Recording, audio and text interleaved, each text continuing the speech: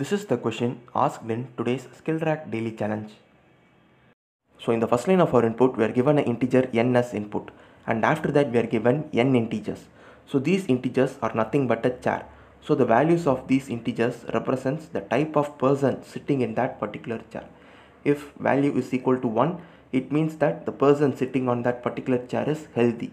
And if value is equal to 2, then it means that the person sitting on that chair is infected by corona. And if it is 0, then it means no person is sitting on that chair. So the chair is empty and free to occupy. And it is given in the question that a person who has corona can spread it to the adjacent people to him. And our task is to calculate the total number of days that it takes so that no spreading of coronavirus will be occurring. So initially this is the given input. So I'm copying the input array as such. So this is the first day statistics. So let us see how many will be getting affected by the corona in the first day. So initially there is only one person who has corona, and in the end of first day he can spread it to the adjacent people who is sitting before and after him. So he can spread it to these two persons. So in the end of first day, one person would have spread the corona to two people, and totally at the end of first day there will be three people being infected by corona. So I'm updating their status to 2. So now this is day 1. So in the first day 2 new people were affected by corona, and now let us calculate how many people will be affected by corona in the next day. So now this is the current status. There are 3 people who are affected by corona. So the second, third and fourth person. So these 3 people can only spread coronavirus now. First let us calculate for the second person. So the second person can spread corona to the first and third. The third is already infected by corona. So the only victim will be the first person. So in the second day the first person will be affected by corona. And now let us see for the third person who is infected by corona. So the third person can spread corona to the second and fourth, but both second and fourth are already infected by coronavirus. So no new cases will be formed. And now the fourth person can spread the coronavirus to the third and fifth. And the third is already affected by corona, and the fifth is empty. So the fifth integer is 0, which means there is no person in that particular chair. So he cannot spread coronavirus to that patient. So in the end of first day 2 new cases were found, and in the end of second day 1 new case was found.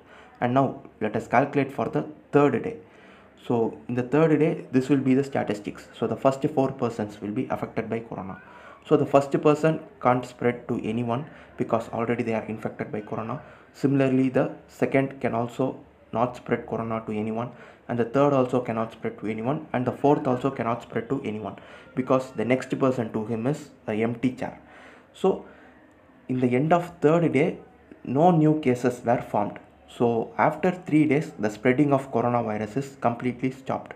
So in our output we have to print the total number of days it takes to stop spreading of coronavirus. So it was 3 days. So first we are printing the integer 3, and in the third day we have to print how many healthy persons are available. So in the third day there is only one people whose status is 1. So 1 represents healthy. So in the end of third day there is only one healthy person. So we are printing 1. So in our output we are printing the number of days and the number of healthy persons after the stopping of coronavirus spread. So we are printing 3 and 1. So this is how we are printing our output. Now let us see how to write a C program for this.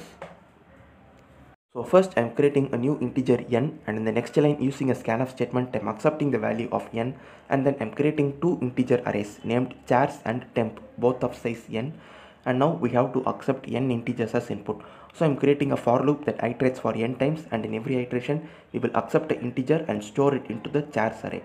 And initially we are also going to make a copy of chars array, and we will store that copy in the temp. So in every iteration soon after accepting the input I am setting temp of I is equal to chars of I.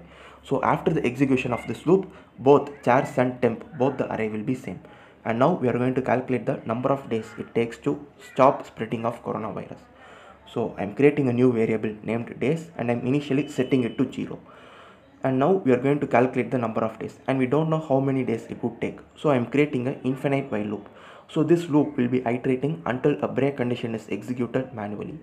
So within this loop, first I am creating a variable named has spread, and initially I'm setting its value to 0 in every iteration of this while loop. So in every iteration of this while loop, we will be checking whether the corona case has been spread or not. If it has spread, then we will continue, and if it is not spread, then we can break out of this while loop. So this is the reason why we are creating this variable. We will be using this variable to break out of this while loop. So when the value of has spread remains 0 even after the execution of statements in the while loop, then that will be the breaking condition. So in those cases, we will break out of this loop, and in every iteration a new day is counted. So I'm incrementing the value of day in every iteration of the while loop. So day plus plus. So now we are going to calculate the spread. We are going to check whether who will be affected by coronavirus in every day. So to do that, I'm creating a for loop that iterates through the chars array. And while iterating through the chars array, we will be checking whether the person is infected by corona or not. If a person is infected by corona, then we will be checking whether the adjacent people will be infected by corona or not. So we will be using this chars array only for checking. We will be actually making changes in our temp array. So in every iteration of this loop, we will be checking whether the chars of I is equal to 2 or not. Because if it is equal to 2, then it means that the particular person is infected by corona. So whenever we iterate through a person who is infected by corona, we should check the adjacent people. So the adjacent people are nothing but the people present at the index I-1 and I+1. And the virus must be considered as spread only if a healthy person is newly infected by corona, because there can be cases where two already infected people can be sitting nearby and spread each other. So in those cases, both are already infected, so no new cases is formed. So we have to consider the virus is spread only when a new healthy person is infected. So first we have to check whether the index I-1 is within the range. So first I am checking whether I-1 is greater than or equal to 0. And if that condition is true, next we will be checking whether the person at index I-1 is healthy or not. So the healthy person are represented by 1. So temp at I-1 must be equal to 1. So if both of these conditions are satisfied, then the particular person can spread coronavirus to that adjacent person.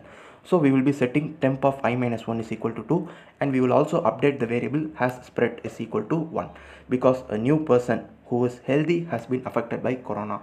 Similarly, we should also check for the person who is present at the index I+1. So again, everything will be same. We should be checking whether I+1 is less than or equal to n-1, and if it is true, then we should check whether he is healthy, and if that is also true, then he will be infected by corona. So finally, after the execution of this loop, we would have made all the changes in the temp array, and the temp array will now be actually the new values. So we should copy all those values into the chars array.